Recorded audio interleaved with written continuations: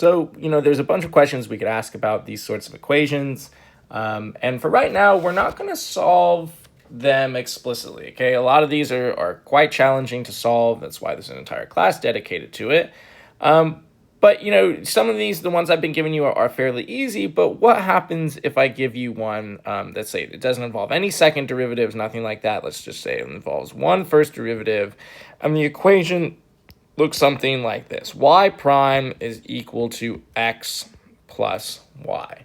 Now, all of a sudden, right, the other equations, which seemed relatively easy to solve, we took them for granted because this is not an easy differential equation to just come up with a solution for, right? It's not easy to come up with some function y equals blah, right, that satisfies it. When I take its derivative, I'm going to end up with the original function plus x. You can try and think of some, but I promise not very easy to do kind of off the top of your head. And, for us right now, I'm going to say that is okay, right? Remember that our goal is to, come up with a function y, right? And the goal is, in theory, that if I figured out what y is, maybe that tells me what the temperature is going to be like tomorrow. Maybe it tells me what the stock market's going to be doing tomorrow. Whatever our function ends up representing, right? Whatever change we're studying. If this differential equation has to do with velocity, then y is going to be our position, right? A whole bunch of things. Our goal is to come up with y. We cannot do that with any algebra or calculus techniques as of this moment. And I'm going to say that is okay, because what we do actually have here in disguise is something very, very, very important. And if you all reach back into the depths of your mind, way back to Calculus 1, you may remember that y prime, which is the same thing as dy dx, this represents the what? Right? This represents the slope of our solution function y. And so even though I have no idea what the function y is, right? I have no idea what it is. But what this is telling me that I can do is it's saying that, look, you give me an x and a y from this graph, any x and y you want, and I can tell you what the slope of the solution function would look like. So, for example, let's mark this graph up a little bit. Let's put a couple ticks.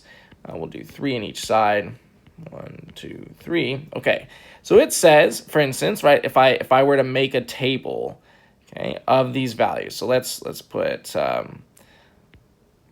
x here, my y here, and I'm going to figure out what my y prime ends up being. So if we consider the origin, 0, 0, okay, if I plug in 0 for x and 0 for y, I get that the slope of my solution function would be 0 at that point. And so what I'm going to do is I'm going to put that point down on my graph, and I'm going to visually represent the slope of 0 as this flat line. Okay, that nice little flat line there. Now let's pick another point. Let's pick the point 1, 1. Okay, 1, 1. So we're going to be up at this point now. What do we expect the slope of the solution function to look like at that point? Well, if I plug in 1, 1 into my differential equation here, where I have y prime equals stuff, I'm going to get that y prime is expected to equal 2 at this point. So we're going to get a slope of something that kind of looks like that at that point. And I can keep doing this, right? I can keep doing this for various points. And so I could extend this table. Maybe I want to consider the point 0, 0, 3, right? What's the slope going to be there? Well, if I plug in 0 and 3 here, I'm going to get a y prime value of 3. So I go up to the point 0, 3, and now I get an even steeper slope. I'd expect an even steeper slope like that. And what happens if you keep plotting a bunch of these values is you create something that's called a slope field, or sometimes called a direction field. And for the sake of saving a little bit of time, I'm just going to go to the internet where I have this wonderful app, this slope field plotter, that does exactly what I was telling you. So you may notice that on this graph, if I take this point and go up to the point 0.03, you can kind of see that at the point 0.03, the slope we would expect to get is a very steep slope of m equals 3. At 0.0, we had our flat slope, etc., etc. And remember that all this does, right? All this does is it plots this huge field of slopes, okay? So it plots this huge field of slopes. Now, what do all these slopes represent? Well, let's take a look here.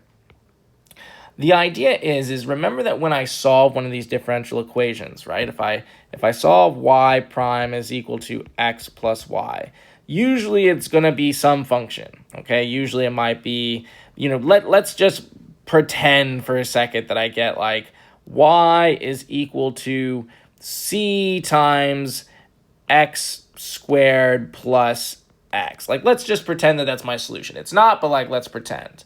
And the thing that I don't know is this value c. But hopefully, you can remember your pre-calculus that we know that if c is a positive value, we're going to get like an upward facing parabola. If c was a negative value, we would get a downward facing parabola as our solution. But like that this would hopefully in theory solve this problem. Okay, again, just to repeat myself, it doesn't. But the point is that we don't have the ability to solve this differential equation. Okay, we don't have the ability to solve this. But what I did just find out is I said, look, imagine this function represents like the flow of a river. Okay, so this gives us like the speed at which the river is going, and I drop in a leaf like right about here. Then what this slope field tells me is that if I drop in that leaf is going to kind of trend in this direction. That's the direction where I would expect it to go. Okay?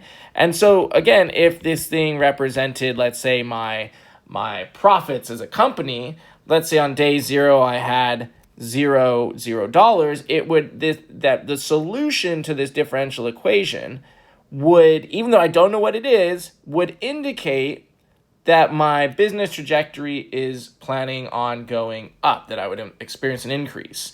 And so if I grab this point and I move it around, you'll notice that if my starting value, if where I drop my leaf, for instance, is in a certain place, the solution function completely changes what it looks like.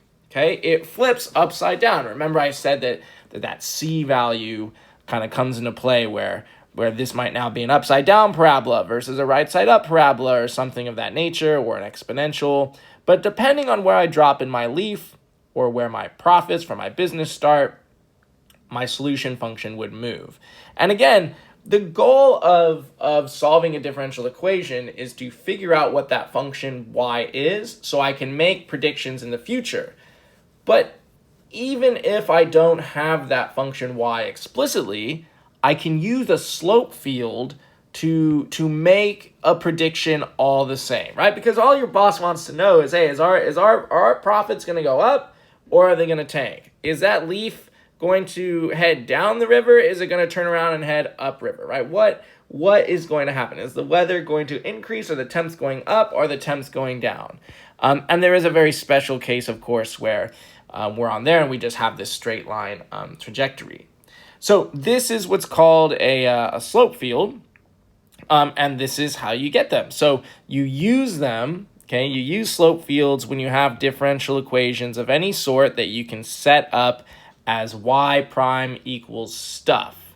You sketch a bunch of points, and typically you want to sketch maybe 9 to 16 points of some sort, so that you can kind of get a general idea of what's going on.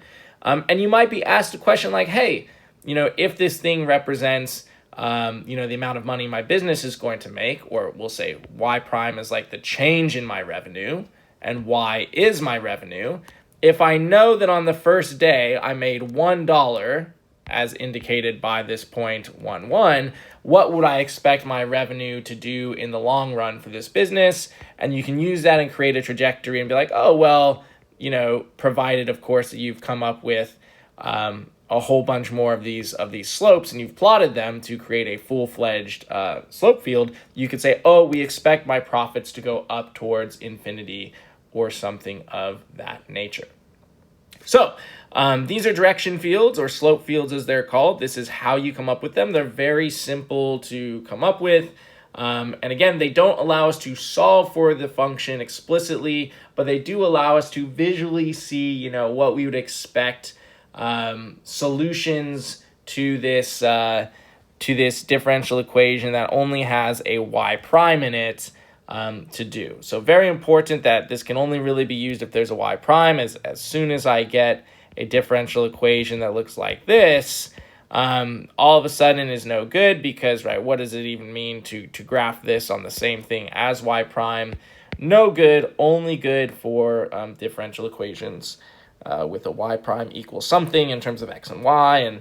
And sometimes, they don't just stick to x and y. Sometimes they use t here, or maybe they'll use Bob or whatever, right? It doesn't matter what the letters are. You can label your axis t, you can label your axis x, you can label your axis Bob. It doesn't matter what variable they use. The concept is exactly the same.